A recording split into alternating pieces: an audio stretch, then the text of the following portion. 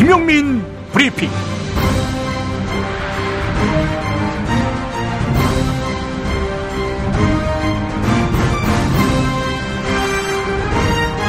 (2016년 11월 11일) 금요일에 인사드립니다. 인도의 벤처기업 제닉 AI가 개발한 인공지능 모그 IA를 중앙일보가 소개했습니다. 그 일부를 전하겠습니다. 이 인공지능 시스템은 미국 대선을 열흘 앞둔 지난달 28일부터 트럼프가 이길 것이다, 이렇게 예측했다고 합니다. 이 시스템은 2004년 이후 3번의 미국 대선 결과를 모두 맞췄지만 이번 선거가 여느 대선보다 예측이 어려웠다는 점에서 의미가 있습니다. 보수 언론을 포함한 미국의 대다수 주류 언론은 선거 전날까지도 힐러리 클린턴의 당선을 예측했었지요. 자, 이건 어떻게 적중했을까? 우선 데이터가 방대했습니다. 검색 엔진과 소셜 네트워크 서비스 등에서 2천만 건 이상의 데이터를 수집해서 분석했습니다. 이러다 보니까 사람들의 내숭까지 다 두루 살폈다는 것입니다. 이번 미국 대선, 자신을 트럼프의 지지자라고 밝히기 꺼려했던 백인들 때문에 여론조사의 무덤이 됐었지요. 여론조사의 무덤은 미국만의 현상은 아니었습니다. 브렉시트를 예견 못한 영국도 비슷했습니다. 또한 지난 4월 총선, 한국의 일이기도 했습니다. 새누리당의 일당은 의심되지 않았고 심지어 국회 선진화법을 무력화시킬 의석수 180석까지 박근혜 정치 세력이 휩쓸 것으로 예측됐습니다. 왜 현대 여론조사는 주요 고비마다 흑역사를 장식하고 있을까? 여론조사가 갖는 여러 기법상의 문제가 원인일 수 있습니다. 유선 전화의 비중이 상당하다든지 평일낮에 한다든지, 그래서 무선 전화만 사용하는 일하러 나간 젊은 층의 입장이 잘 반영되지 않는 맹점이 실효적으로 보완되지 않는다는 점입니다. 그러나 그것만이 아니지요. 기성체제에 대한 변화를 갈구하는 층, 그러나 그것을 말과 글로 표현하기엔 이미 엘리트에 의해 장악당한, 그래서 고착화돼버린 담론 구조를 극복하기 힘들다고 판단하는 층의 반란입니다. 하지만 미국의 반란은 결코 옳은 선택일 수 없습니다. 어찌 논리와 상식으로서 트럼프의 부패를 정당화하고 차별을 정당화하고 부도덕을 정당화할 수 있겠습니까? 그건 그냥 욕망에 투표한 것으로 봐야 합니다. 2007년 모두를 부자로 만들어준다는 이명박 씨에게 한국 국민 다수가 투표했던 말입니다. 그런 이명박을 선택했던 것에 대한 반성일까? 2016년 측정되지 못했다가 여소야대 표심으로서 박근혜 하야 욕으로서 본물이 터진 한국 민심은 미국과 결이 많이 다릅니다. 이게 나라냐라는 캐치프레이즈에는 훼손된 민주주의와 실종된 평등사회에 대한 비탄이 숨어있기 때문입니다. 이 거국적인 염려가 기성 거대 언론에 의해 지속적으로 무시되고 외면됐으며 왜곡됐지만 그때그때 사그라들지 않고 대다수 국민의 가슴 속에 아주 조용히 번져왔다고 생각합니다. 2016년 샌더스 열풍으로 시작돼 트럼프 당선으로 종결되는 그야말로 천당과 지옥을 오간 미국도 이번 선거를 계기로 천민 자본주의를 무비판적으로 방치해왔던 지난날을 통찰하고 혐오 대신 화합을, 차별 대신 상생을 지향하는 근현대 민주주의 선진국의 자긍심을 회복하기 바랍니다. 우리 한국도 9년이 걸렸습니다. 좌절에서 쓰러진 뜻있는 미국인에게 다시 한번 큰 위로를 보내며 차별이 사라져 공동체가 완성되는 세상을 향한 큰 행보를 우선 우리 한국민이 시작하겠습니다. 11월 12일 토요일 수도 서울의 중심부를 지켜봐 주십시오. 김용민 브리핑과 함께하고 계십니다. 지난해 건강보험공단의 징수율은 99.4%입니다. 제대로 된 제도 아래에서 성실 납부자들이 일궈낸 성과라면은 극찬할 만한 수치입니다. 그러나 생활고로 생계조차 위협받는 이들의 통장을 압류하고 어린아이에게까지 체납액을 독촉해 만들어낸 징수율이라면 이 숫자는 잔인할 정도로 높습니다. 우리는 모두 건강할 권리가 있습니다. 약자의 권리가 지켜지는 사회를 위해 아름다운 재단이 제도 개선을 위한 기초연구를 진행합니다. 아름다운 재단의 60일의 건강보험증 많은 참여 부탁드립니다. 생활고 때문에 건강보험료를 내지 못한 사람들에게 병원은 사치입니다. 그러나 우린 이미 알고 있습니다.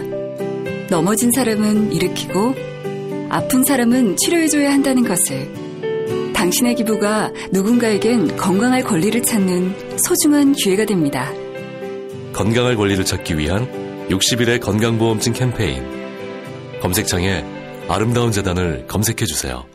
야, 너 홍어 판다 그랬지? 팔지. 근데 홍어가 진짜 그렇게 몸에 좋아? 아이, 끝내준다니까. 우리 엄마 관절염인데? 홍어. 나 숙취는? 홍어. 마누라 다이어트는? 홍어. 큰이모 변비? 홍어. 작은형 소화불량은? 홍어. 여동생 피부? 홍어. 큰 누나 주름? 홍어. 명절 때 선물은? 홍어라니까. 근데 비싸지? 열나 싸고 열나 맛있는 홍어가 있다니까. 어디? 알싸한 홍어. 네이버 검색창에 알싸한 홍어를 검색하시고 1599-6456.com 혹은 1599-6456 전화주문도 가능합니다. 하나 더, 알싸한 홍어는 진공포장 택배 배송 판매하며 직접 개발한 특제 소스를 서비스로 드립니다. 충남 금산의 넓은 인삼밭, 정성농장을 일군 농부아버지 이정열 씨. 자연은 노력한 만큼 내어준다. 그 자연의 마음을 알기에 정성농장을 더불어 일구는 아들 이성규 씨도 아버지에게 배운 것처럼 정직하고 또 성실하게. 정성농장 홍삼은 인삼 재배부터 가공 판매까지 모두 책임지고 있습니다. 그래서 대한민국 1등 품질을 자부합니다. 검색창에 정성농장 홍삼을 검색해주세요. 정성농장 홍삼. 전화문의는 010-9754-6972. 굶고 뛰고 땀 빼고 다 해봤다. 그래봐야 소용없었다. 다이어트는 결국 먹는 게 문제다. 다이어트 전문 쇼핑몰 비타샵에서 수식가지 동결건조 채소 곡물에다 3가지 단백질, 거기에 효소와 비타민 미네랄을 더해 만든 다이어트 전용 그린 스무디를 추천합니다. 다이어트 전용 그린 스무디, 이걸 어떻게 하는 거죠? 하루 2끼만 맛있고 든든한 비타샵 스무디로 바꿔 드시면 됩니다. 검색창에서 비타샵을 검색해주세요. 이제부터는 관록의 뉴스 해설가 김용민이 오늘 아침 조간신문을 훑어드립니다.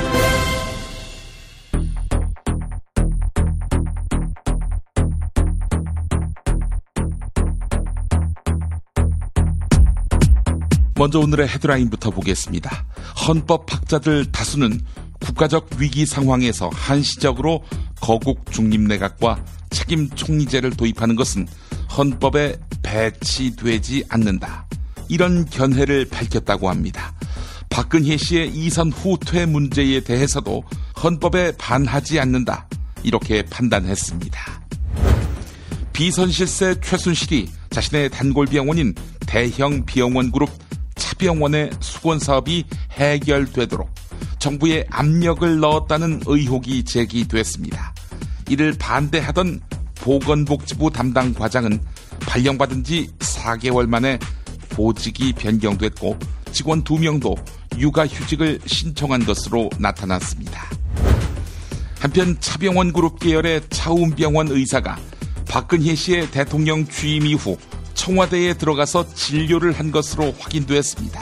대통령을 진료한 적도 있었다고 합니다. 최순실이 청와대 교육문화수석, 문화체육관광부 장관 인사를 좌지우지한 사실이 체포된 차은택의 검찰 진술로 확인됐습니다. 연설문을 손댄 정도만이 아니었습니다. 정부 핵심 인사에까지 직접 관여한 사실이 밝혀진 것입니다. 이른바 청와대 문건 유출 사건의 핵심 피의자였던 한일 전 경위가 문건 유출자로 지목돼 수사받을 때 청와대 민정비서관실에 회유가 있었다. 이렇게 주장했습니다. 문건을 최경락 경위에게 넘겼다고 진술하면 불기소도 가능하다. 라면서 협조를 종용했습니다. 최경락 경위, 그로부터 닷새 뒤에 스스로 목숨을 끊었습니다.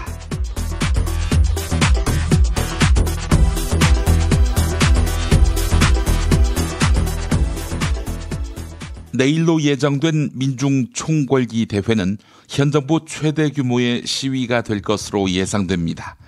이에 따라 집회 참가 때에 주의해야 할 점을 검색해 보거나 관련한 앱을 다운로드 받는 이들이 늘고 있습니다.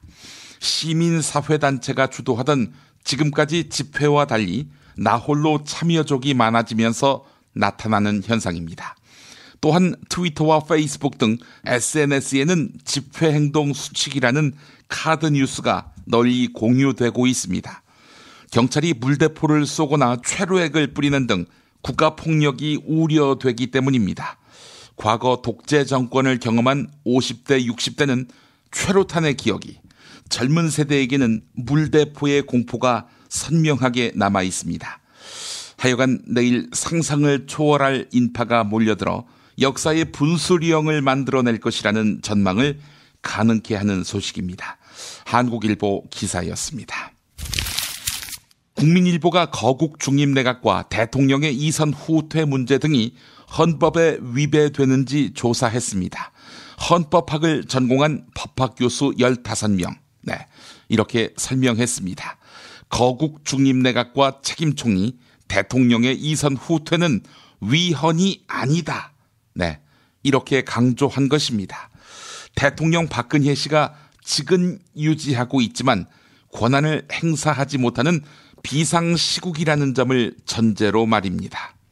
또한 헌법이 규정한 국가원수의 군 통수권도 책임총리에게 위임될 수 있다는 의견도 제시했습니다.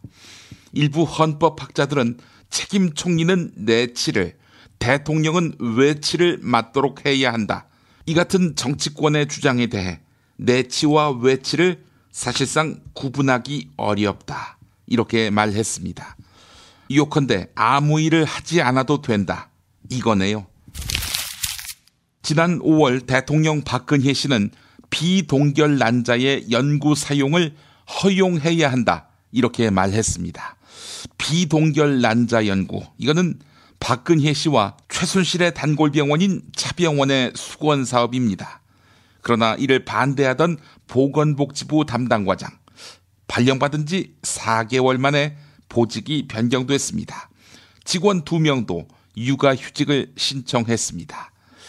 최순실이 단골병원인 차병원의 수건 사업이 해결되도록 정부에 압력을 넣었고, 이를 반대하던 공무원들이 경질성 인사를 당한 모양새입니다. 경향신문 보도였습니다. 김영재 성형외과는 최순실의 또 다른 단골병원으로 알려져 있습니다. 그런데 김영재 원장과 특허 분쟁을 벌이던 중소업체가 사정기관으로부터 표적 수사를 당했다는 주장이 나왔습니다. 2014년 김영재 원장은 의료기기업체 이동수 대표가 자신들의 특허를 침해했다며 특허청에 심판을 제기했습니다. 그러자 해당 중소업체는 그해 3월 서울세관 특수조사팀에 의해 압수수색을 당하고 이동수 대표는 서울세관에 소환돼 조사를 받았습니다. 이어서 2014년 7월에는 서울중앙지검 첨단범죄수사부에서 조사를 받았으며 2015년 9월에는 서울중부경찰서 지능범죄수사팀이 조사에 나섰습니다. 또한 한 달 뒤에는 서울지방국세청 조사 2국이 탈세 혐의가 있다는 이유로 이동수 대표의 사무실을 압수수색했습니다. 이후 경찰 조사를 거쳐 이동수 씨는 기소됐고 현재 재판을 받고 있습니다. 네, 정말 대단하군요. 중앙일보 보도였습니다. 2014년 인천 아시아경기대회 대표 선발전에서 심판들이 정유라에게 너무 많은 점수를 줘서 말이 많았습니다. 이에 한 학부모가 정유라의 점수에 이의를 제기하며 재심을 요청했습니다. 하지만 당시 승마협회 박모 전무는 이 학부모에게 세무조사를 받을 수 있으니 더 이상 항의하지 말라, 이렇게 강요했습니다. 건설사를 운영하던 이 학부모는 박 전무의 말을 무시할 수 없었습니다. 박 전무는 최순실의 측근으로 알려져 있으며 정유라의 판정에 관여했다는 소문이 파다했습니다. 다시 차병원 이야기입니다. 최순실의 단골병원인 차병원 계열 차움병원의 의사가 청와대에 들어가 대통령 박근혜 씨를 진료한 것으로 드러났습니다. 차움병원에 따르면 안티에이징 전문의 김모 씨는 2011년부터 박근혜 씨를 치료했으며 2014년에는 정식으로 퇴사했습니다. 이후에 김모 씨는 박근혜 씨의 가정의학과 자문의가 돼서 청와대로 박근혜 씨를 진료하러 갔습니다. 안티에이징, 이거 보톡스 맞히는 거지요? 경향신문 보도였습니다.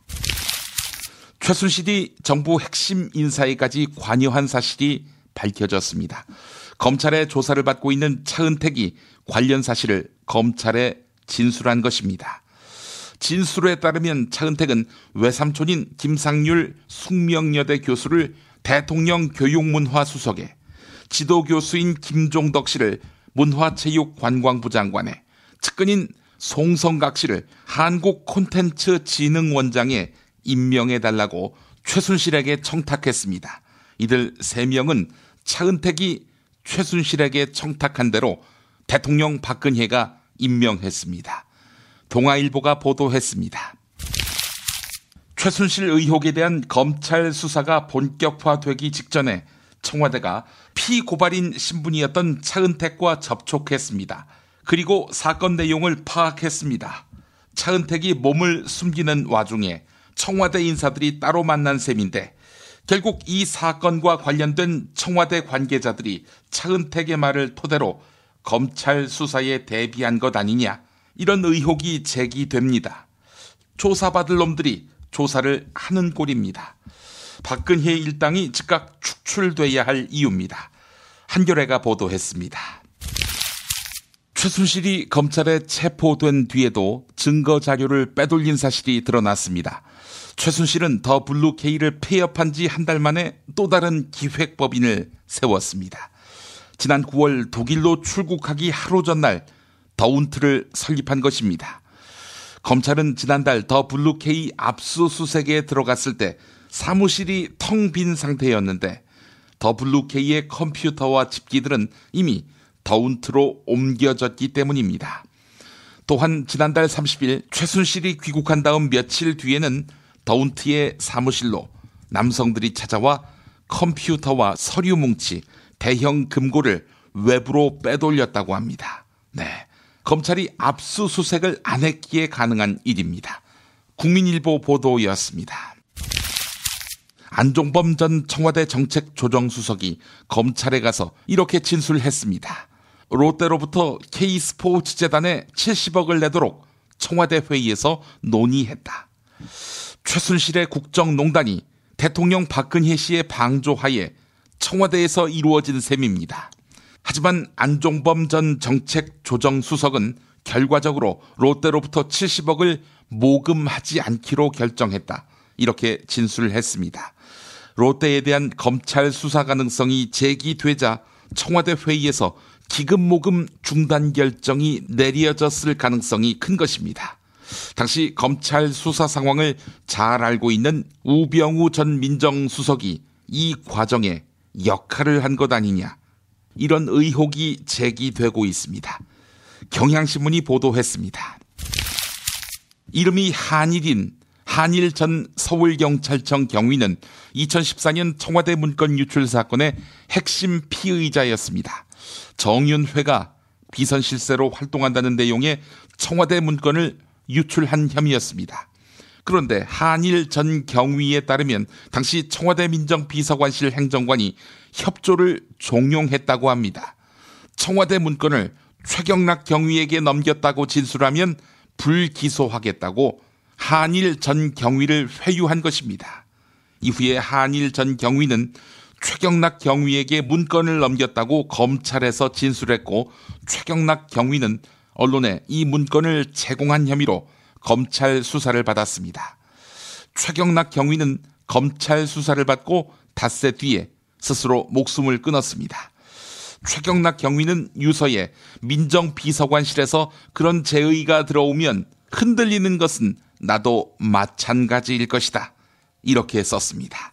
중앙일보 보도였습니다. 김기춘 씨 이야기로 넘어가 보겠습니다. 김기춘 전 대통령 비서실장이 사법부 길들이기를 지시한 정황이 드러났습니다. 고 김영한 전 청와대 민정수석의 비망록에 의해 밝혀진 내용입니다. 비망록에 따르면 김기춘 전 비서실장은 청와대 수석 비서관 회의 때 법원이 지나치게 강대하다, 법원을 길들여야 한다, 이렇게 말했습니다. 법원과 협상을 하며 모든 방법을 동원하라, 이렇게 지시하기도 했습니다. 또한 대한변협 등 변호사협회를 주시하라고 주문했습니다. 또한 비망록에는 보수 시민단체를 통해서 2014년 당시 새정치민주연합 박지원 의원을 고발하도록 한 정황도 포함되어 있습니다. TV조선이 최초로 보도했지요. 경향신문 기사를 인용했습니다. 검찰특별수사본부가 우병우 전 청와대 민정수석 자택을 압수수색했습니다. 최순실 국정농단을 알면서도 묵인하거나 은폐하려 했다며 시민단체가 우병우 씨를 고발한 지 무려 114일 만입니다. 우병우 전 수석은 K스포츠재단이 롯데그룹에 70억을 요구했다가 돌려주는 과정에서 내사 정보를 유출했다는 의혹을 받고 있습니다. 조선일보가 보도했습니다. 청와대 민정수석 비서관실이 이성한 전 미르재단 사무총장의 정보를 수집했다는 증언이 나왔습니다. 미르재단과 K스포츠재단이 대기업을 상대로 강제 모금을 벌이던 사실을 민정수석실이 인지했을 가능성이 있는 것입니다. 이에 따라 우병우 전 민정수석이 대통령 박근혜와 최순실, 안종범이 국정농단의 중심에 있다는 점을 인지했을 개연성이 있습니다. 검찰특별수사본부는 우병우의 직무유기와 공무상 비밀 누설 의혹을 밝히기 위해 자택을 압수수색했습니다. 네, 114일 만에 수사할 의지가 없는 것이죠. 동아일보 보도였습니다. 검찰이 검찰청사 창문을 창호지로 가렸습니다. 우병우 씨가 팔짱을 낀 채 웃음을 짓고 있는 모습이 조선일보 카메라에 포착된 지 4일 만입니다.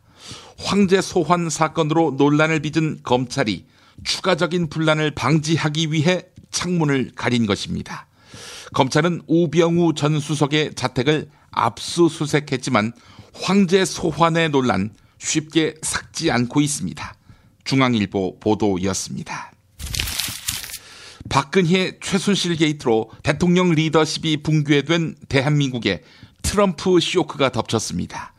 도널드 트럼프의 미국 대통령 당선으로 경제 안보 환경의 불안정성이 커진 것입니다.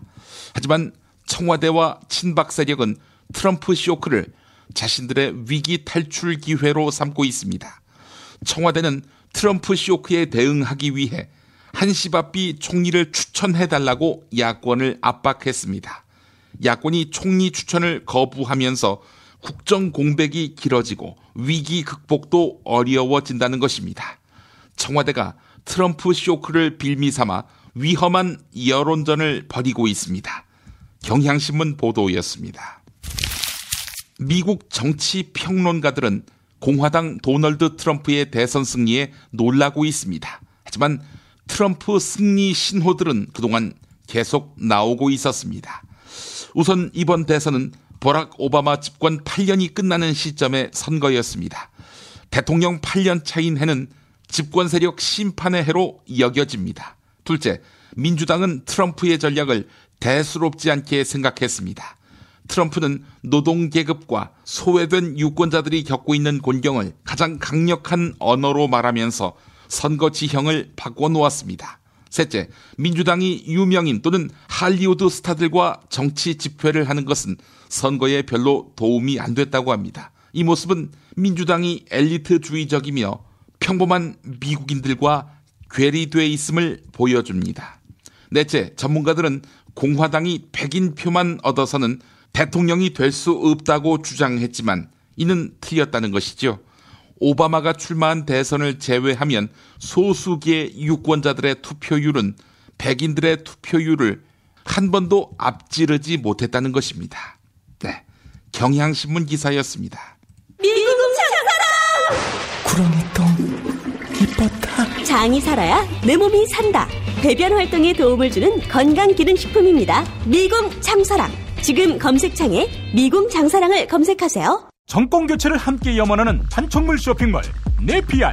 기념품, 답례품, 기왕이면 네피알로 인터넷 검색창에 입력하시거나 032-519-4800으로 전화하세요. 카카오톡 아이디는 네피알. 일산 라페스타에 있는 풍무 양고기, 즉석에서 숯불에 구워먹는 양갈비하고 양꼬치, 이거 맛보시면 다른 걸 찾지 않아요. 못하니요 시방, 빨리 예약들 안 하고 031-902-9292. 수아비스랩닷컴에서 한 달간 오픈 기념 행사로 100% 페이백 행사를 진행합니다. 구매한 가격만큼 그대로 현금으로 돌려주는 100% 페이백. 부담 없이 수아비스 화장품의 효과를 확인하세요.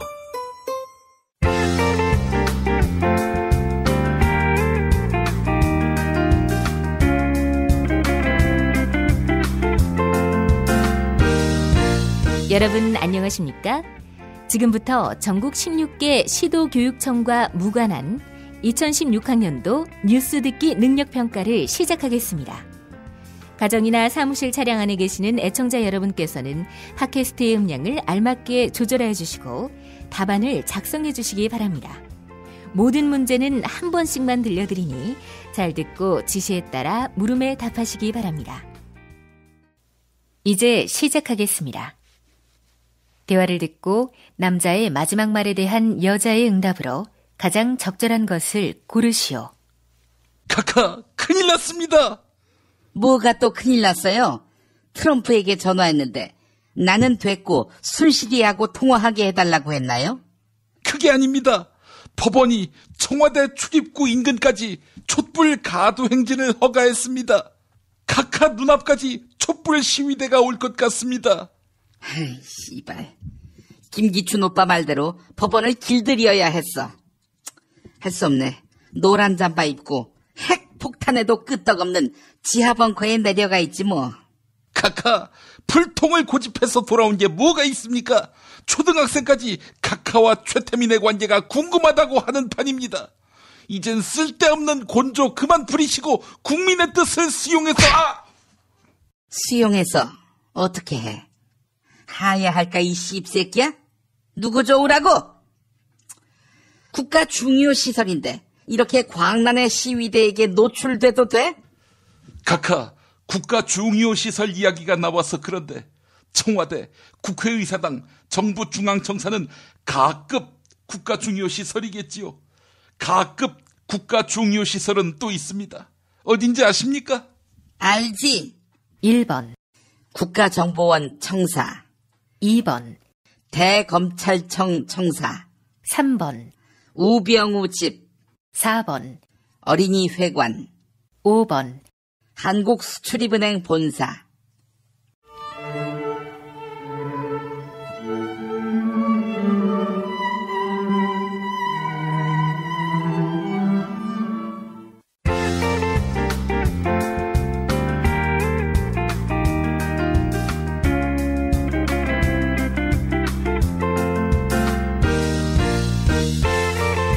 수고하셨습니다. 수험생 여러분은 팟빵 게시판에 정답과 이메일 주소, 사연을 남겨주시기 바랍니다. 당첨자는 다음 정규방송일 2부 마무리 부분에 발표합니다. 이상으로 전국 16개 시도교육청과 무관한 뉴스 듣기 능력평가를 모두 마칩니다.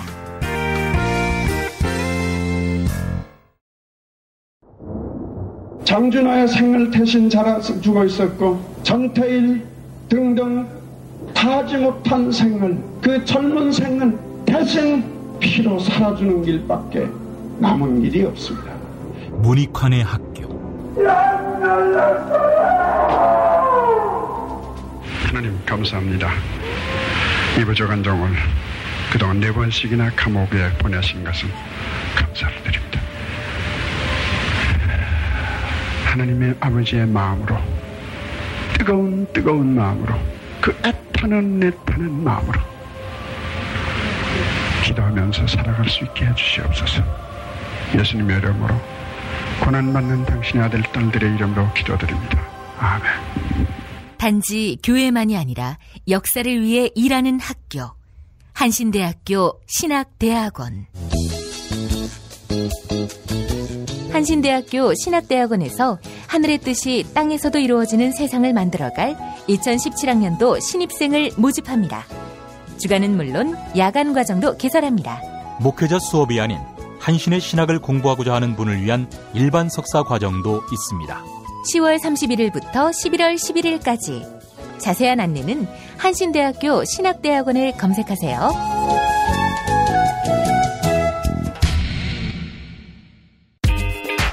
자기야, 매트리스 고르기 너무 힘들어. 대한민국 최초 매트리스 멀티샵 매트리스엠 몰라?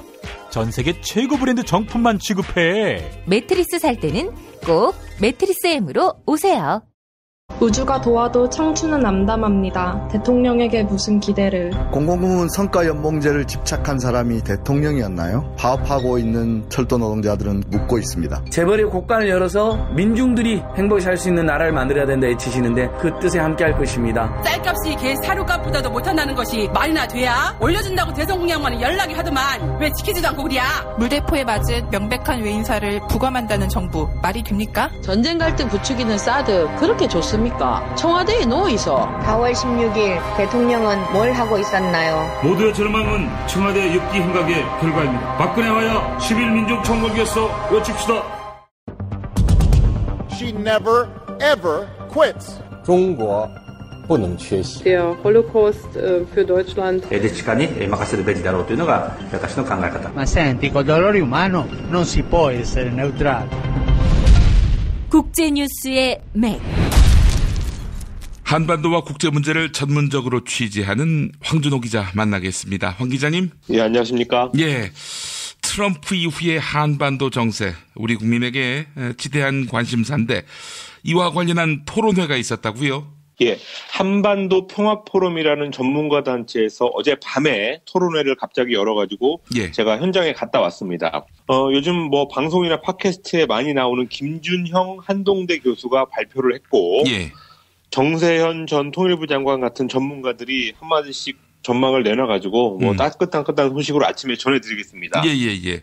대체로 모아졌던 얘기는 트럼프가 미국 대통령이 되면서 불확실성은 커졌지만 어찌 보면은 새로운 한반도 질서를 모색해 볼 수 있는 약 1년 정도의 시간, 골든타임이 생겼다라고 전문가들이 진단했습니다. 예, 김준형, 정세현 정말 정통한 정세 분석가들인데 이분들이 우리 한국에 1년의 골든타임이 생겼다 이렇게 이야기를 했는데 이 골든타임이 무슨 의미입니까? 예, 트럼프가 한반도 정책을 가다듬을 수 있는 시간이 1년 정도라는 얘기입니다. 미국에서 정권이 바뀌면은 대개 한 6개월 정도를 한반도 정책 리뷰 기간으로 봅니다. 뭐 국무장관이나 안보보좌관을 뽑는 인선도 해야 되고 예. 그리고 전임 정부로부터 어떤 북한에 관한 정보를 받아가지고 공부를 하는 그런 기간입니다. 그러면서 새 대통령이 선거운동 때 했던 말 중에서 어떤 것은 지킬 수 있고 또 어떤 것은 이거는 못 지키고 장기 과제로 미뤄야 되고 이런 것들을 결정하는 시간이죠. 자, 그런데 트럼프는 사실 워낙 새로운 이야기를 많이 했기 때문에 6개월은 좀 부족하지 않을까 싶은데요. 그렇습니다. 그래서 1년을 얘기하는 건데 트럼프는 MD가 쓸모없다거나 또는 뭐 주한미군 방위비 분담금에 대해서 한국이 더 내야 된다 이런 얘기를 계속 해왔습니다. 예. 그리고 김정은하고 자기가 만날 수 있다 이런 등등 오바마하고 다른 것은 물론이고 이 과거에 공화당 대통령들이 했던 접근법하고도 상당히 달랐습니다. 예. 그렇기 때문에 뭐 당연히 정책 리뷰 시간이 더 걸릴 것 같고 또 외교안보 진영을 짜는데도 주변에 이게 사람들이 얼마나 있을지 지금 현재 불분명한 상태이기 때문에 예. 대체로 한 1년 정도를 예상하고 있습니다. 아, 그렇다면 그 1년 동안 우리는 뭘 할 수 있을까요? 예, 그 부분에 대해서는 사실 뚜렷한 답은 없었습니다. 그렇지만 분명한 것은 지금 이 정부로는 안 된다라는 어쩌면 당연한 얘기였죠. 예. 만약에 뭐 박근혜 정부한테 별일이 없었더라도 분명히 이 정부는 1년을 그냥 후송 생활했을 게 뻔한데 예. 지금 이 국정마비 상태에서는 더더욱 황금 시간을 날려버릴 수밖에 없을 거다. 그러니까 지금 이 기회에 한반도의 길을 바꾸려면 뭐 탄핵이든 하야든 조기 대선이든 그런 것들이 전제돼야 된다라는 얘기를 뭐 전문가들이 이구동성으로 했습니다. 그리고 만약 우리 희망대로 그렇게 됐을 경우에 남북 대화를 빨리 복원하고 또 사드 배치 결정 같은 것을 일단 백지화하는 이런 것들부터 시작을 해가지고 하나씩 실마리를 풀어갈 수 있다 이렇게 얘기를 했습니다. 미국이 한반도 정책의 새 판을 짜는 상황이라면 당연히 한국 정부도 새 부대여야 한다는 거죠. 새술은 새 부대에. 예, 어제 박근혜 씨가 트럼프 당선자하고 통화를 했다고 하는데 글쎄요, 뭐 어제 그래서 SNS 돌아다니는 그 짤방을 보니까 뭐 물론 풍자해악이겠습니다만은. 됐고 순실이 바꿔 뭐 트럼프가 이렇게 말했다는 말풍선이 나오고 있는데 자 어떻게 보셨어요? 예, 국민들의 시선이 지금 일시적으로 트럼프 당선에 지금 쏠리고 있지 않습니까? 예.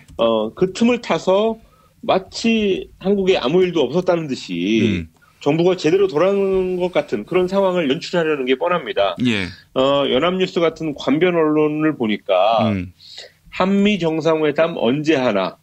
박 대통령 요청에 트럼프 고대 이런 기사가 지금 오늘 아침에 주요 기사로 걸린 걸 보니까 뭐 그런 속내가 분명히 보이고요. 이게 어림없는 얘기죠. 왜냐하면은 에이펙 정상회담에도 못 가는 대통령 그리고 국민들의 압도적인 다수가 퇴진을 요구하는 대통령 이런 대통령을 트럼프같이 아주 영악한 장사꾼이 대화 상대로 인정해줄 리가 없습니다. 예.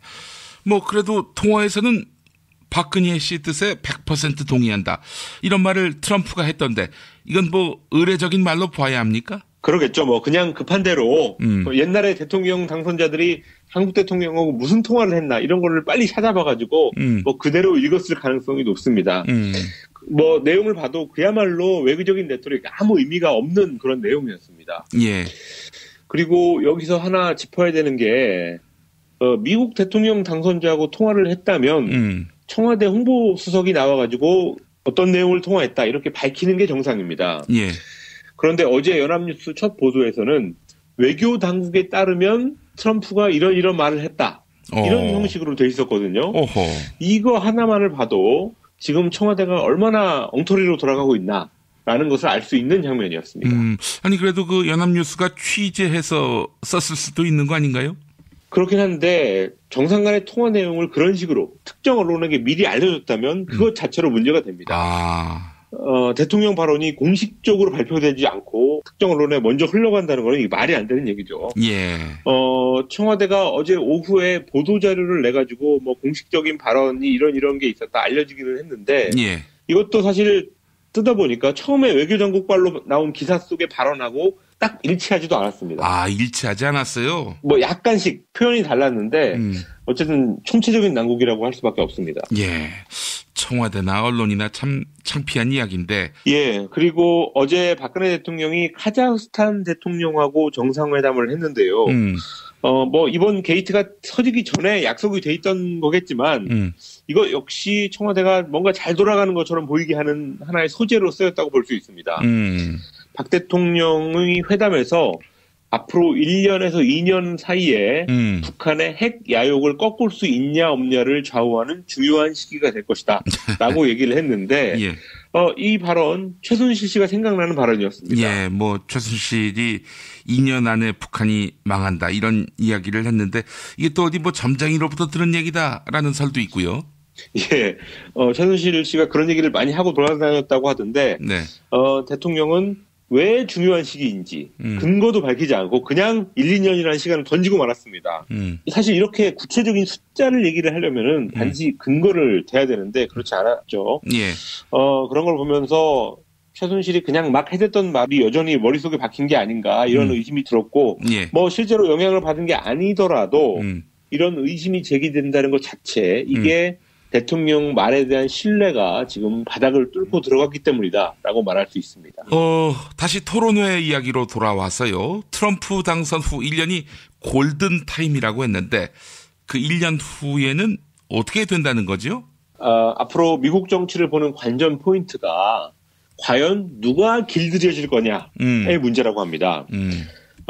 트럼프도 막상 대통령이 되면은 선거 때 했던 얘기들 슬그머니 집어넣고 결국은 미국의 기존 정치권이나 뭐 공화당 대통령들이 했던 길을 갈 거다라는 예상이 현재 많이 있습니다. 예. 그런데 김준영 교수 같은 분들은 그렇지 않을 가능성도 상당히 있다는 겁니다.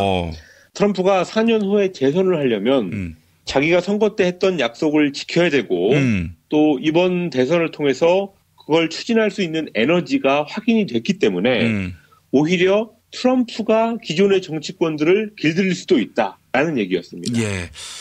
한반도 정책도 아마 큰 변화를 맞을 것 같습니다. 그렇습니다. 뭐 트럼프가 MD 회의론 같은 얘기를 했지만 국방비를 삭감한다는 얘기를 한 번도 하지 않았습니다. 그리고 또 무기 산업을 포기할 수도 없기 때문에 결국은 기존 한반도 정책을 따를 가능성이 있습니다만은 그렇지만 또 다른 제3의 길을 갈 수도 있다는 얘기였습니다. 예. 그리고 물론 어느 쪽으로 가느냐를 가르는 변수에는 북한도 있습니다.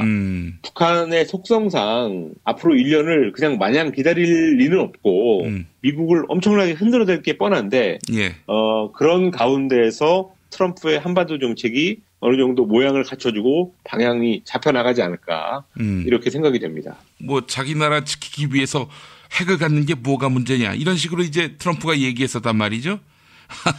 그렇다면은 북한하고 갈등 빚을 이유가 전혀 없잖아요.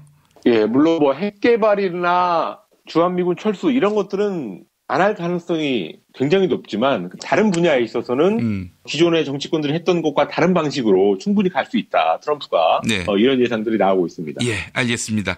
자, 황준호 기자님 지난 한 주 동안 참 엄청난 일들이 있었는데요. 좋은 브리핑 감사드립니다. 예, 감사합니다. 야, 딴지마켓 좀 봐봐. 이담채 김치 게시판 지금 보고 있어? 왜요? 뭐가 문제 있나요? 야, 어떻게 하나같이 맛있다, 예술이다, 감탄했다, 물건이다, 또 재주문했다 이런 글만 올라올 수 있지? 이거 공작의 냄새가 나지 않아? 아무래도 그런 것 같아. 이담채 김치 게시판에 작전 세력이 개입한 거 아닐까요? 그럴 리가요. 이담채 김치는 맛있는 김치 말고는 따로 자랑할 게 없습니다. 드셔보시고 판단하세요. 포털 사이트에서 이담채 김치. 주문 전화는 1544-4586. 1544-4586.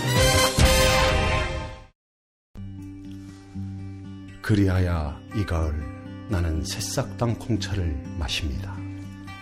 그리하여 나는 마음이 놓입니다. 그리하여 새로운 세상을 만납니다. 그리하여 새싹당 콩차. 새싹당 콩차 어느덧 여러 곳에서 판매합니다. 하지만 진정한 새싹당 콩차는 전창걸닷컴에서 구매하시죠. 전화문의 070-8635-1288 070-8635-1288. 공화국 참치 논평. 구이동 대양 참치를 맛보지 못한 국민 여러분은 진정한 참치 맛을 보기 위한 강도 높은 중대 조치를 취하실 계획을 표명하시고 곧장 구이동으로 달려오시기 바란다. 참치에 대한 체질적인 거부감과 적개심을 노골적으로 드러내는 분도 구이동 대양 참치에 오시면 추호도 용납할 수 없는 포악무도한 폭식 행위를 자행할 것이다. 구이동 대양 참치. 월요일 참치데이 이벤트, 화요일 참치머리 서비스로 함께합니다. 주차장 걱정 마시고요. 대중교통은 서울 지하철 2호선 구의역 2번 출구에서 5분 거리입니다. 대양 참치 구의점 02-455-8087. 어머나, 내가 이렇게 작아졌어? 네, 메이드 바이어스에서는 환상이 현실이 됩니다. 3D 실물 피규어 그리고 수공예품을 제작해드리는 전문 쇼핑몰 메이드 바이어스. 사진만 보내주세요. 나만의 피규어를 제작해드립니다. 갖고 싶고 선물하고픈 나만의 수공예품을 만들어 드립니다. 메이드 바이어스 판매금의 1%는 아름다운 사회를 만드는 데 기부합니다. 주소창에 madebyers.co.kr을 입력하세요. 하루 2차례 대한민국과 지구촌의 오늘을 정직하게 비춰드립니다. 권력이 진실을 압도하는 세상. 김용민 브리핑은 작은 희망의 불씨가 되겠습니다. 민중의 소리 이완배 기자와 함께하는 경제의 속살. 이완배 기자 만나겠습니다. 이완배 기자님. 네, 안녕하십니까. 예. 드디어 내일 우리가 광화문에서 네. 만날 것입니다. 예. 각오가 새롭습니다. 예. 네, 제가 페북을 돌아다니던 글을 보니까 굳이 관훈 나이트 클럽에서 가족임을 거부하시는 미디어오늘 정상근 민중기자를 내 방송에 부르셨더군요. 혁명동지라고 제가 얘기하니까 더욱 가족 기겁을 하던데. 정상근 기자님은 계속 거부하시는 것 같은데 예. 어떻게 또 섭외를 하셨습니다. 아니 그 사람 저보다 더 심한 사람이에요. 레디양에 네. 있었던 사람입니다. 레디양에 있다가 레디양 출신이시군요. 네. 네, 미디어오늘에 이제 간 경우인데. 근데 왜 그렇게 아닌 척을 하시죠? 웃기려고 하는 것 같아요. 네. 예. 자, 오늘 이야기 아무래도 미국 이야기부터 좀 해야 될 것 같은데, 아니 미국의 이렇게 중하층이라면 이제 소득 수준을 분류했을 때 중하층인데, 이 노동자들이 트럼프를 선택을 했는데 마치 이 소득 수준이 낮은 분들이 이명박, 박근혜를 선택한 것 같은 그런 참담함이 있습니다. 어떻게 보셨어요? 예, 그러니까 제가 이제 이 첫 뉴스 발제를 미국 노동자들은 왜 트럼프를 선택하는 우를 저질렀나 이렇게 제가 뽑아서 김용민 PD님께 드렸는데요. 예. 일단 약간 오해를 막기 위해서 말씀드리면 왜 저 사람들이 표면적으로 저렇게까지 괴물인 트럼프를 선택했나 이런 일반적 분석을 말씀드리려고 하는 건 아니에요. 그런데 일단 일반적 분석부터 말씀을 드려보겠습니다. 미국에는 러스트벨트라는 게 있습니다. 이게 뭐냐면 미국 제조업이 호황을 누렸을 때 그 제조업의 중심지였던 곳이에요. 그런데 이 제조업이 사형화되면서 불황을 너무 세게 맞아가지고 이게 뭐 주로 오하이오와 펜실베이니아 이런 데를 얘기한다고 하더라고요. 예. 미국 북부하고 중서부 지역이죠. 그래서 여기를 러스트벨트, 러스트라는 건 이제 녹이 슬었다는 뜻이죠. 그래서 녹슬어버린 옛날 그 공업 중심 벨트를 뜻하는 겁니다. 이 러스트벨트 노동자들이 열을 받았다는 거죠. 그래서 한때 미국 제조업이 호황이었을 때 이 사람들은 자기가 중산층인 줄 알았는데 자유무역, 신자유주의로 일자리 뺏기고 보니까 뚜껑이 확 열렸다는 겁니다. 그래서 이 사람들이 그렇게 외쳤다는 거예요. 아메리칸 드림을 무너뜨린 사람들 전부에게 복수하자. 아웃사이더 도널드 트럼프가 청소를 하러 나타났다. 그에게 동의할 필요는 없다. 그를 좋아할 필요조차 없다. 그는 당신에게 이런 짓을 한 개새끼들의 한가운데에 던질 수 있는 당신의 화염병이다. 메시지를 보내자. 트럼프가 당신의 메시지를 전달할 것이다. 뭐 이런 이제 감정이 있었던 겁니다. 그러니까 트럼프가 옳고 그른 문제가 아니고 트럼프를 신자유주의 기존 질서에다가 던지는 화염병이라고 생각을 했다는 거죠. 그리고 영국의 브렉시트도 비슷한 현상이고요. 그러니까 기존 질서 엿먹어라 뭐 이런 반응이었던 것 같아요. 근데 이제 이게 일반적 분석인데 제가 오늘 드리려는 말씀은 이런 분석을 말씀드리려는 건 아니고요. 그러니까 만약에 그 노동자들이 샤이 트럼프라고 황준호 기자님께서 얘기를 해주셨던데요. 예. 샤이 트럼프들이 신자유주의의 기존 질서에 열을 받았다. 그래서 화염병을 던지고 싶었다면 조준을 잘해서 던져야죠. 그러니까 월가를 향해서 던져야 되는데 왜 아무데나 던지느냐. 그러니까 정확히 말하면 왜 이주노동자나 멕시코 이민자들한테 화염병을 던지느냐. 아이고. 그리고 굳이 그 화염병을 트럼프라는 또라이를 선택했느냐는 게 이제 궁금한 점인 겁니다. 왜냐하면 지금 이제 대선만 봐서 그렇죠. 그러니까 힐러리하고 그 트럼프 둘밖에 없다고 생각을 해서 그렇지 이 시계를 한 1년 정도로만 늘려보면 버니 샌더스라는 유력한 아주 명확하고도 옳은 대안이 있었거든요. 그렇다면 샤이 트럼프는 왜 버니 샌더스한테 압도적인 지지를 몰아주지 않았을까? 저는 이게 궁금한 겁니다. 이해를 돕기 위해서 여러 사례 말고 딱 한 가지 사례만 들어서 말씀을 드려보겠습니다. 지금 트럼프가 당선되자마자 미국하고 세계에서 가장 핫하게 거론되는 산업이 바로 자동차 산업입니다. 왜냐하면 지금 그 세계 유수의 자동차 공장들이 다 멕시코에 들어가 있거든요. 예. 그리고 트럼프는 여기를 엄청나게 목표로 삼고 있습니다. 그래서 미시건 경선 때요. 트럼프는 뭐라고 얘기를 했냐면 그 포드 자동차가 공장을 닫고 멕시코로 옮길 예정이었어요. 그런데 협박을 하는 겁니다. 만약에 포드가 미시건에서 공장을 폐쇄하고 멕시코로 공장을 옮기면 멕시코에서 생산해서 미국으로 수입하는 차에다가 35% 관세를 때리겠다. 이렇게 위협을 한 겁니다. 그런데 이게 미시건 노동자들한테 완전히 먹혀버린 겁니다. 와, 포드가 멕시코로 공장을 옮기면 우리 일자리를 잃는데 트럼프가 이걸 막아줄 거야. 이게 확 먹혀버린 거죠. 트럼프가 이걸 건드려주니까 백인 노동자들은 열광을 하는 겁니다. 근데 이 멕시코 공장 문제는 포드만 위협을 받은 게 아니에요. 제너럴 모터스도 똑같은 위협을 받았습니다. 그리고 미국 브랜드는 아니지만 폭스바겐부터 도요타, 닛산, 일본 자동차 브랜드들이죠. 예. 그리고 현대하고 기아차도 지금 걸려 있습니다. 그러니까 대부분 세계적인 브랜드 업체들이 멕시코에 공장을 두고 있는데 여기다 대고 트럼프가 유세 내내 독소를 퍼부었던 거예요.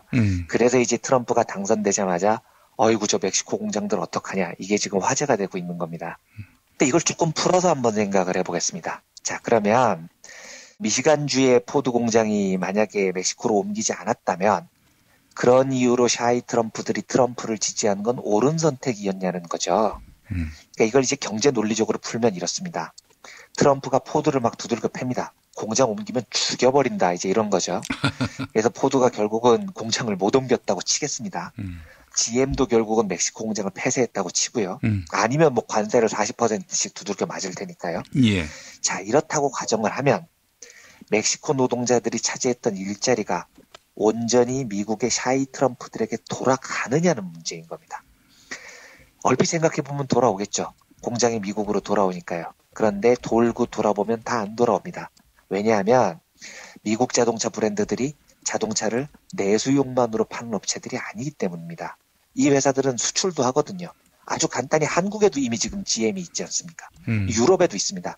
그러니까 이 회사들은 유럽이나 아시아 각국의 물건을 수출하는 기업이기도 합니다. 그런데 트럼프가 자국 노동자들을 보호한다고 관세를 때려버리면 다른 나라들은 안 하겠냐고요.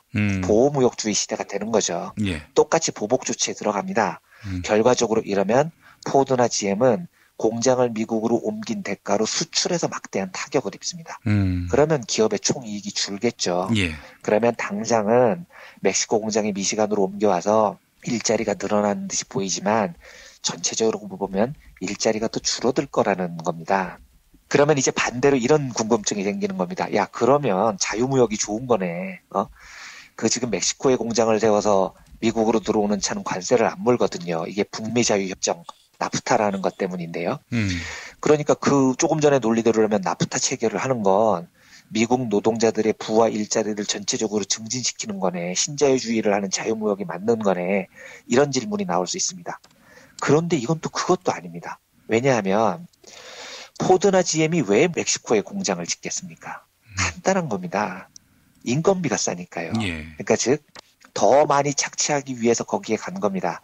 즉 신자유주의를 해서 포드나 GM이 이익을 더 많이 챙기면 그걸로 백인 노동자들의 일자리를 늘려주지 않습니다. 그 이익으로 다시 멕시코에 공장을 더 짓겠죠. 그러니까 문제를 본질적으로 보면 GM이나 포드의 공장이 멕시코에 있느냐 아니면 보호무역을 가동해서 트럼프처럼 해서 미시건에 있느냐 이건 미국 백인 노동자들의 처우와 아무 본질적인 영향을 못 미친다는 겁니다. 반대 입장에서 그럼 멕시코 입장에서는 신자유주의가 좋은 것 아니냐 일자리가 새로 생기니까 아닙니다. 이것도요. 웃기게도요. 인건비가 싸서 계속해서 미국 자동차 공장들이 멕시코로 들어오면 좋을 것 같냐 이게 아닌 게요.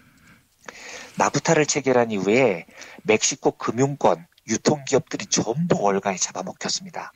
그래서 멀쩡하게 멕시코에서 은행원으로 살던 사람들 유통업체에서 세일즈 매니저 하던 사람들, 중산층으로 잘 살던 사람들이었어요. 예. 이런 사람들이 다 구조조정에 내몰렸습니다. 그래서 멕시코 중산층이 붕괴를 해버립니다. 예. 이 사람들이 실직자가 돼서 택시 운전하다가 GM이나 포드가 공장 일자리를 내주면 거기에 취직을 겨우 하는 거예요. 이게 일자리가 는 겁니까?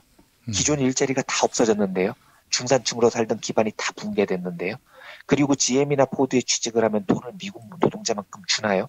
미국 노동자들만큼 줄 거면 GM하고 포드가 뭐하러 멕시코에 오겠습니까? 그러니까 이걸 뺑뺑이를 다 돌려보면 자유무역을 했을 때는요. 트럼프는 그걸 멕시코 노동자가 샤이 트럼프들의 일자리를 빼앗아갔다고 주장을 하지만 다 돌려가 보면 멕시코 중산층은 중산층대로 분개하고요. 미국 노동자들은 미국 노동자들대로 일자리를 빼앗깁니다. 양쪽 다 루저가 됩니다.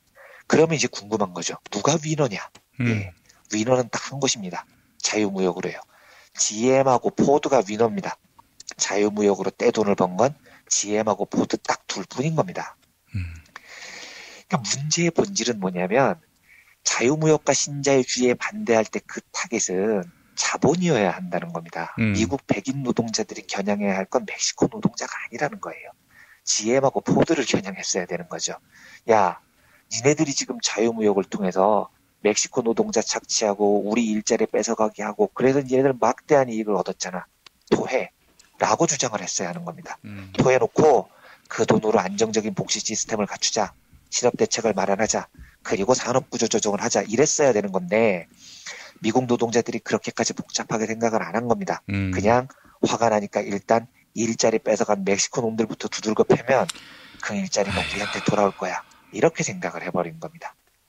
다시 돌아가서요. 제가 처음에 던진 질문이죠. 미국 노동자들은 왜 트럼프를 선택하는 우를 저질렀나에 대한 제 답은 이겁니다. 미국 노동자들은 노동자라는 계급성을 제대로 자각을 하지 못했던 겁니다.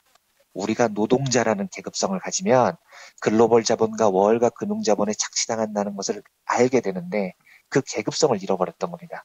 그러니까 내가 살 길은 탐욕스러운 자본가들이 초과로 착취한 그 몫을 되찾아야 되겠다고 생각을 하는 게 아니고 야, 다 망해도 좋아. 나만 망할 순 없어. 그러니까 일단 열받으니까 멕시코부터 두들겨 패자. 이런 이제 이상한 현상으로 나타난 거죠. 이게 우리에게 굉장히 뼈저린 교훈을 줍니다. 왜냐하면 노동자가 노동계급의 자각을 갖지 못하면은요. 그러니까 계급성을 장착하지 못하면은요. 저런 우매한 결정을 해요. 그러니까 미국의 샤이 트럼프들은 힐러리하고 트럼프 둘 중의 선택이 아니었거든요. 버니 샌더스가 있었어요. 그런데 결국 이 황망한 결과를 지들이 만들어낸 겁니다. 그래서 이게 참 어려운 이야기인데 이 시민분들께 무거운 짐 같은 얘기라서 참하기 힘든 얘기지만 실제로 저는 그렇게 생각을 합니다. 노동자 계급에게는요. 시민에게는 깨어 있어야 될 책임이 있습니다. 그러니까 난 정치를 몰라. 사회 돌아가는 건 관심 없어. 그래서는 안 됩니다. 그래서 끊임없이 그래서 소규모 단위로 모이고요. 집회하고 교육하고 토론하고 이래야 됩니다. 민중이 무지한 상태로 남으면 그 손실은 고스란히 민중한테 돌아오는 거거든요. 결국 뭐 트럼프도 신자유주의에 반기를 들었다 뿐이지 또 다른 꼴통 지배 계급일 뿐인데 결국은 미국 노동자 계급의 계급성을 장착하지 못한 이유로 신자유주의에서 꼴통 또라이로 권력이 넘어갔을 뿐인 거죠. 그리고 그 지배 계급들은 무지한 미국 민중들을 마음껏 농락하고 조롱하고 이러고 있는 겁니다. 예. 사실 반대로 보면 우리도 그런 실수를 했죠. 우리도요. 그런데 2016년 한국의 시민사회를 보면 저는 되게 자랑스러워요. 왜냐하면 미국, 영국 선진국들이 저 또라이 짓을 할 때 우리는 예방주사를 미리 맞아서 그런지는 몰라도 지금 사실 한국의 시민사회는요. 세계 그 어느 나라보다도 깨어있지 않습니까? 시민의 의무를 충분히 다하고 있고요. 그러니까 저는 이 미국을 보면서 한국 시민사회는 좀 자긍심을 가져도 된다 이런 생각이 듭니다. 그래서 저는 여담 같지만 우리가 이번 주말에 좀 미국한테 가르쳐줬으면 좋겠습니다. 미국이나 영국 같은 애들한테 신자유주의는 그렇게 극복하는 게 아니야 임마.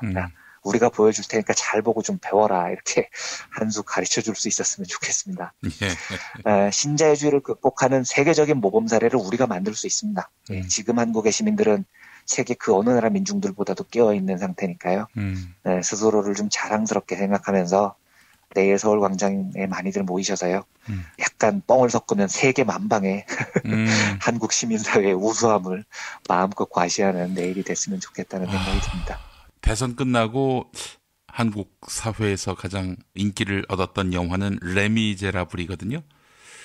그때 우리가 프랑스 민중들에게, 물론 현 시대의 동시대의 프랑스 민중은 아니었지만 수백 년 전 프랑스 민중들에게 큰 위로를 얻었듯이 내일 광장을 가득 메운 우리 시민들의 모습을 통해 지금 낭패감에 쩔어 있는 미국 민중들을 위로해 줬으면 좋겠다는 생각이 드네요. 정말입니다. 네, 정말 그렇습니다.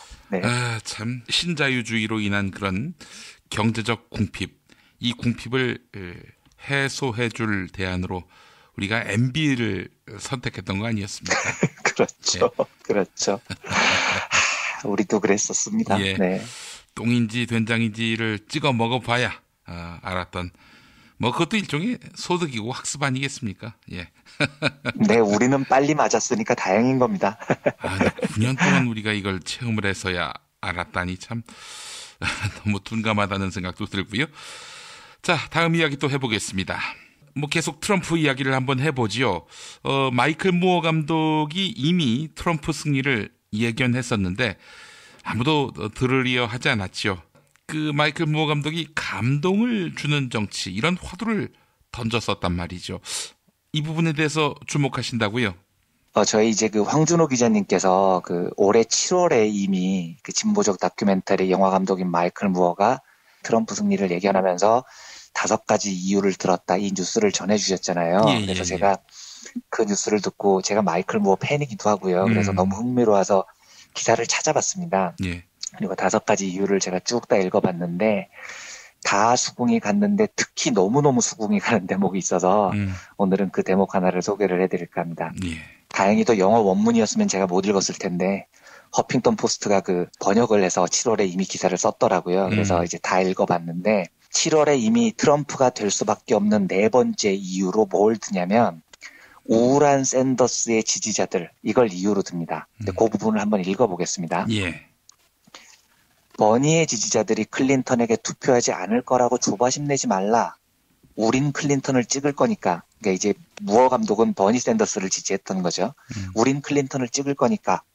설문조사에 의하면 이미 올해 클린턴에 투표하겠다는 샌더스 지지자들은 2008년 경선에서 힐러리를 찍었다가 대선에서 오바마를 찍은 사람들보다 더 많다. 이건 문제가 아니다.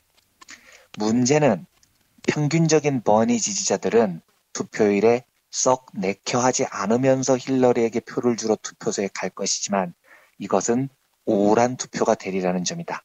즉 다른 유권자들을 5명 더 끌고 투표소에 가지 않는다는 뜻이다. 선거를 한 달 앞두고 10시간 자원봉사를 하지 않는다. 왜 힐러리에게 투표하느냐고 물었을 때 결코 신이 나서 대답하지 않는다. 네. 이게 이제 힐러리가 패배하는 하나의 이유라고 예견을 했던 겁니다. 힐러리를 찍는데요. 신이 나지 않는다는 거죠. 왜냐? 감동이 없으니까요. 그래서 무어가 이렇게 이야기를 합니다. 힐러리는 겁을 먹고 안전하게 가기로 결정했다. 이렇게 해요. 그러니까 선두주자로서 국민들에게 감동을 주고 변화를 주고 새로운 비전을 제시하는 게 아니라 아니 어차피 이길 선거 모험을 왜 해? 안전하게 갔다는 거죠. 그래서 무어 감독이 한 얘기가 이겁니다. 이게 지금 다시 말씀드리지만 투표 끝나고 한 분석글이 아닙니다. 7월에 예견을 한 겁니다. 그래서 나는 버니 지지자들은 힐러리를 찍을 거야. 그런데 감동이 없어. 찍는다니까? 그런데 자원봉사는 안 해. 옆 사람 보고 투표하라고도 안 해. 어쩔 수 없이 찍는 거야. 이게 힐러리의 중요한 페인이었다는 거죠. 또 이렇게 첨가를 합니다. 그러니까 버니를 맛본 사람들한테 클린턴 시대로 돌아가자고 하는 건 트럼프를 찍을 수는 없으니까 가긴 가는데 이건 뭐냐면 갑자기 음악을 돈 내고 듣는다거나 그러니까 이제 무료로 계속 듣고 있었던 거죠. 마이스페이스를 쓴다거나, 이건 제가 무슨 뜻인지 모르겠습니다. 마이스페이스가 유명한 SNS 같은 사이트라는데요. 거대한 옛날 휴대전화를 가지고 다니는 것과 비슷한 일이다. 이렇게 적습니다. 그러니까 무슨 말이냐면 너무 지루하고 진부한 거라는 거예요. 힐러리를 찍는 거는요. 그러니까 전혀 감동이 없다는 거죠. 제가 개인적인 경험담입니다만 제가 그 한국 대선 투표 역사에서 개인적으로 굉장히 놀랐었던 경험은 언제냐면 2002년 대선이었습니다. 저는 그리고 뭐 좀 죄송하지만 줄곧 진보정당 지지자여서 그해 권영길 대표를 찍었거든요. 민노당 후보를요. 근데 제가 그때 이제 동아일보 경제부에 있을 때였는데 경제부 기자니까 뭐 특별히 할 일이 없어서 낮에는 이제 출입처에 있는 취재원들이랑 밥을 먹고 있었는데 되게 젊은 분들이었어요. 증권가에 있는 분들이었는데 근데 이분이 밥을 먹으면서 계속 열심히 문자를 보내고 있는 겁니다. 전화도 막 나가서 하고요. 그래서 제가 되게 바쁘신가 봐요. 그랬더니 아유 미안해요 이 기자님 미안합니다. 뭐 문자 한 통만 더 보겠습니다. 그래서 아이 뭐 괜찮습니다. 뭐 이러고서 이제 저는 계속 혼자 밥을 먹고 이 두 사람이었는데 계속 문자하고 나가서 전화하고 문자하고 나가서 전화하고 그래서 제가 나중에 물어봤습니다. 뭐가 그렇게 바쁜 거예요? 평소에 친하던 사람들이니까요. 그랬더니 이 사람들이 이러는 겁니다. 사실 이렇게 동아일보 기자한테는 이런 말씀 드리면 싫어할 텐데 어제 그 정몽주 씨가 후보 단일화를 파기하는 바람에 노무현 후보가 너무 큰 위기여서 아는 사람들한테 지금 계속 문자 보내고 있다고요. 투표 독려하느라고요. 그러니까 하루 종일 막 투표 독려를 한 겁니다. 이 사람이요. 그래서 제가 되게 신기하더라고요. 저는 이제 뭐 진보정당을 지지하는 사람들은 사실 투표 당일에 큰 감흥이 없는 게 이제 어차피 안 될 걸 알고 있으니까. 그런데 이 사람들은 너무 열심인 거예요. 그래서 제가 아니 왜 그렇게 열심히 노무현 후보를 지지하세요? 그랬더니 이 두 사람이 다 이렇게 얘기를 하는 겁니다. 이재님 저는요 다른 이유는 없고요. 그냥 노짱만 생각하면 눈물이 나요. 이러더라고요. 그러니까 옆 사람도 진짜 그래 그렇지 않냐? 이럽니다. 그래서 제가 왜요? 왜 눈물이 나는데요? 이렇게 물어보면 몰라요. 그냥 생각만 하면 눈물이 나요. 이러는 겁니다. 그러니까 이게 논리적인 대화는 아니죠. 예. 되게 감성입니다. 근데 제가 그때 확신했습니다. 노무현이라는 정치인이 사람들한테 확실히 감동을 줬구나. 감동을 주는 정치인이구나. 이건 지역도 아니고 사상도 아니고 그러니까 뭐랄까요. 사람의 마음을 움직이는 감동으로 이 사람이 여기까지 왔구나. 제가 확실히 그때 그런 생각을 갖게 됐어요. 근데 무어 감독 이야기도 그겁니다. 7월에 보기 이미 이 사람은 힐러리가 떨어질 것 같았어요. 왜냐? 버니 지지자로서 힐러리를 찍어는 준다. 근데 억지로 찍는 거야. 힐러리는 감동이 없어. 나는 힐러리를 사랑해서 찍는 게 아니야. 트럼프가 역 같아서 찍는 거지. 근데 그거 알아? 내가 보기엔 이런 이유로 힐러리는 질 거야. 감동을 못 주거든. 이렇게 예견을 하는 겁니다. 네. 제가 정치를 잘 몰라서 이런 개인 경험담을 늘어놓는 게 적절한지 모르겠습니다. 그런데 저는 이 무어 감독의 견해에 100% 동의가 됩니다. 그리고 이 이야기를 정당 지지율 1위를 달리는 제1야당에게 꼭 하고 싶습니다. 지금 이런 시기라면은요. 이런 거죠. 국민들은 거리에서 싸우세요. 우리는 의회에서 조심스럽게 절차를 지키겠습니다. 뭐 이런 태도인 거죠. 제 경우는요. 저는 오래전부터 이제 다음 대선 때에는 난생 처음으로 진보정당 후보가 아니라 민주당 후보를 찍을 수 있을 것 같다고 오래전부터 생각을 했어요. 이유는 뭐냐면 이명박근혜 9년을 살아보니까 이건 정말 너무 아닌 겁니다. 네. 그런데 진짜 그런데 진보정당 지지자들 분들 들으면 서운하시겠지만 그냥 정권 교체를 해야 될 것 같아요. 그런데 만약에 지금 이 상황을 거치고 투표를 지금 하라고 한다면은요. 저는 지금 당선이 유력한 민주당의 그 누군가를 찍을 것 같습니다. 그런데 저는 우울하게 찍을 것 같아요. 그냥 무어의 말대로 누가 후보가 될지는 모르겠지만 민주당 후보가요. 그 후보를 위해서 다른 유권자들 5명을 더 끌고 투표소에 가고 싶지는 않을 것 같습니다. 감동적이지 않기 때문입니다. 예. 그 정당을 위해서 혼신의 힘을 다해서 뛰고 싶을 것 같지 않습니다. 찍기는 찍을 것 같은데요. 예. 힐러리를 찍는 것과 같은 버니 지지자들과 비슷한 기분인 거죠. 이 감동적인 시민혁명의 시간에 우리와 함께 해주지 않은 정당, 그래도 새누리가 집권하는 건 안 되지 하는 심정으로 표를 주겠죠. 예. 하지만 7월에 이미 힐러리의 낙선을 예견했던 마이클 무어 감독의 조언대로요. 이런 마음으로 우리가 제1야당에 투표를 준다면 제1야당은 과연 정권교체를 100% 낙관할 수 있는지 저는 물어보고 싶습니다. 저는 정치공학을 잘 모릅니다만 이런 건 꼭 한번 제1야당이 생각을 해보시기 바랍니다. 평생을 안주하지 않으셨고요. 끊임없이 자기를 진흙탕 속에 싸웠고 유분리를 생각하지 않고 쟁투했고요. 그 결과로 그 사람 생각만 하면 눈물이 나게 했던 사람이 노무현 전 대통령이었다고 합니다. 예. 지금 제1야당이 그 길을 걷고 있는지 국민들에게 그 감동을 주려고 노력하고 있는지 한번 정말 진지하게 생각해 보기를 권합니다. 그런데도 못하겠다면 할 수 없는 거죠. 예. 시민은 시민의 길을 가고요. 정당은 정당의 길을 가게 되는 겁니다. 하지만 일개 시민인 저는요. 거리의 정치와 여의도의 정치는 다르다. 민심은 민심이고 정치의 절차는 절차다. 이 구분을 너무 태연히 하는 지금의 야당의 태도를 정말 조금도 이해할 수 없습니다. 대통령이 마음에 안 들면 시민들이 끌어내리세요. 하지만 그건 정당의 일은 아닙니다. 라고 선을 긋는 그 태도를 제가 하루 종일 아무리 노력을 해봐도 이해를 못하겠습니다. 저는 그런 정치에 감동을 받을 것 같지 않아요. 제가 정치적으로 무식해서 그런 거라고 얘기를 해도 좋습니다. 아무튼 저는 마이클 무어 감독의 힐러리 낙선 예견 기사가 그런 면에서 제 마음을 너무 끌었습니다. 그리고 저는 제 마음을 움직이는, 시민의 마음을 움직이는, 시민과 함께 호흡하는 정당에 감동해서 한 표를 주는 것 이상으로 제 모든 것을 바칠 생각을 갖게 될 것 같습니다.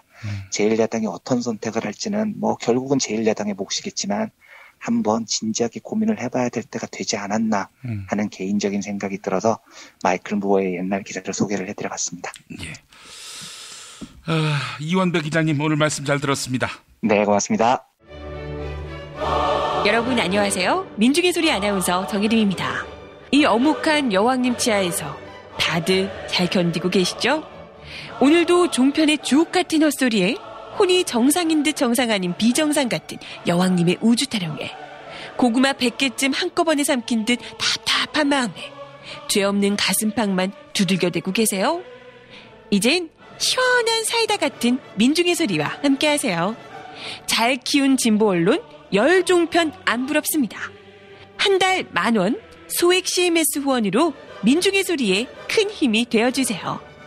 1661-0451 1661-0451 전화 기다릴게요.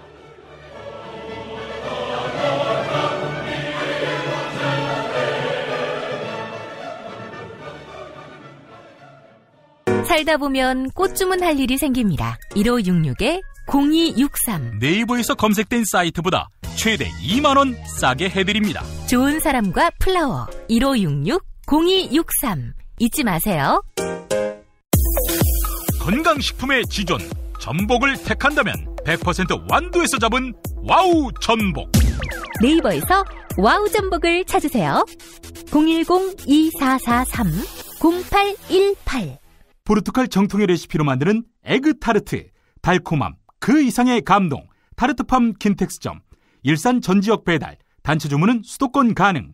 문의 전화 031-923-2995 검색창에 타르트팜 킨텍스점. 한우 사고를 집어넣고 24시간 팔팔 끓인 곰탕, 연지연 곰탕. 어린이부터 노인까지 누구나 좋아하는 건강식 연지연 곰탕. 택배로 신청하시려면 010-7252-1114.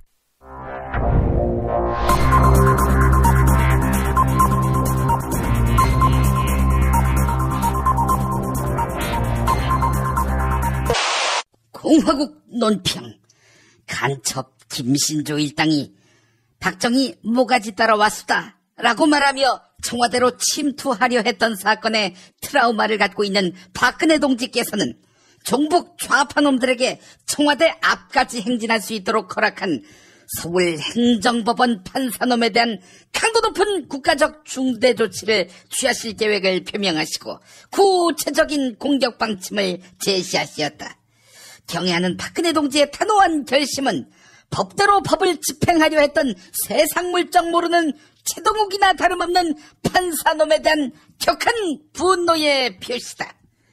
애초에 경찰은 종북 좌파놈들의 청와대 행진을 금지하였다. 빨갱이 놈들은 달개 모가지를 비틀어도가 아니라 달개 모가지를 비틀어야 새벽이 온다는 모욕적인 언사를 짓거리며 국가 전복을 시도했기 때문이다. 이것은 김신조 일당의 2016년 버전의 다름 아니다. 그런데도 서울행정법원 판사놈이 시위대의 청와대 앞까지의 행진을 허락한 것은 빨갱이 놈들 보고 박근혜 동지의 모가지를 비틀도록 지시하는 행위로서 박 동지를 참을 수 없이 모독하고 우롱하고 천추의 한이 될 망동의 다름 아니며 처절한 대가를 자초할 악수 중에 최악수의 다름 아니다. 따라서 종북 좌파 판사놈은 심의도 특수부대로 좌천돼서 지옥과도 같은 갱생훈련에 참여해야 할 것이다. 또한 판사놈이 청와대 행진을 허락한 것은 지난 2주 동안의 집회가 모두 평화롭게 끝났기 때문이라고 말했다. 그러나 이것은 철저히 사실을 왜곡하는 행위다. 지난 집회에서 엄마 부대 주옥순이 촛불을 들고 있는 여고생의 뺨을 때렸으며 수구진영 알바생이 분명한 이름 모를 60대 남자가 정의당 원내대표 노회찬에게 시칼을 휘둘렀다. 서울행정법원 판사놈이 보수진영 열사들의 위대한 의거를 역사 속에서 지우고자 고의적으로 외면, 배척, 망각한 것은 박근혜 동지에 대한 체질적인 거부감과 적개심을 노골적으로 드러내는 것으로서 추호도 용납 못할 포악무도한 도발 행위에 다름 아니다. 이제라도 서울행정법원 판사놈은 박근혜 동지를 찾아가 참회의 눈물을 흘리며 정권의 눈밖에 나서 대구로 좌천된 뒤 아예 말뚝을 박느라 금복주, 참소주 외에 다른 지역 소주 맛을 잃어버린 윤석열 꼴만은 나지 않게 해달라고 이 말을 땅에 찍고 반성해야 할 것이다. 아울러 이참에 문재인 지지 선언을 해서 모든 판결이 정치적 목적 속에 이루어졌음을 만천하에 드러내야 할 것이다. 만약 거절할 시에는 박동지의 치솟는 분노와 경천동지의 탄압의 불벼락을 피할 수 없게 될 것이다. 이정우 경북대 명예교수의 경향신문 칼럼 백성이 근본이다. 네, 김용민 브리핑이 선정한 오늘의 칼럼입니다. 국정은 이미 지난 몇 년 동안 표류해왔고 공백 상태였다. 장관과 공무원들은 대통령이 보고를 요구하지 않으니 속으로는 편하게 됐다고 생각하고 각자 알아서 권력자들 눈밖에 나는 일만 없도록 조심하고 있었다. 창조 경제는 원래 실체가 없고 사기꾼 설치기가 좋은 환경인데 아니나 다를까 엉망진창이다. 대통령은 언제나 원고를 또박또박 낭독은 잘했으나 자유대화, 자유토론을 하는 걸 본 적이 없다. 대통령이 있으나마나한 존재였다.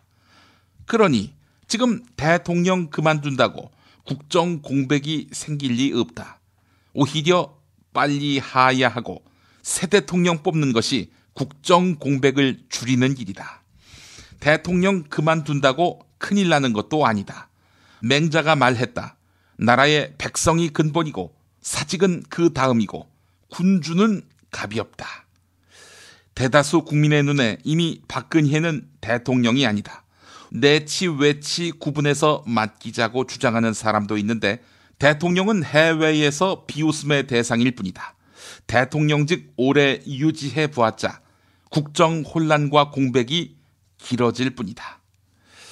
박 대통령에게 마지막 남은 애국심이 있다면 국민에게 이실직고하며 용서를 빌고 하루빨리 하야해야 한다.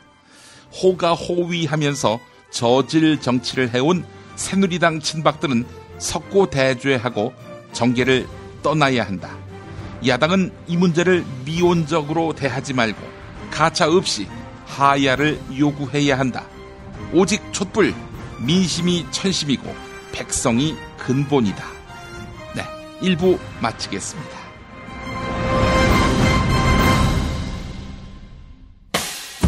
김용민 브리핑과 함께한 시간 어떠셨어요? 다음 시간에도 보다 바르고 알차며 즐거운 정보로 여러분을 찾아가겠습니다. 팟캐스트 포털 팟빵에서 다운로드하기, 구독하기, 별점 주기, 댓글 달기로 응원해주세요. 잊지 마세요. 다운로드하기, 구독하기, 별점 주기, 댓글 달기.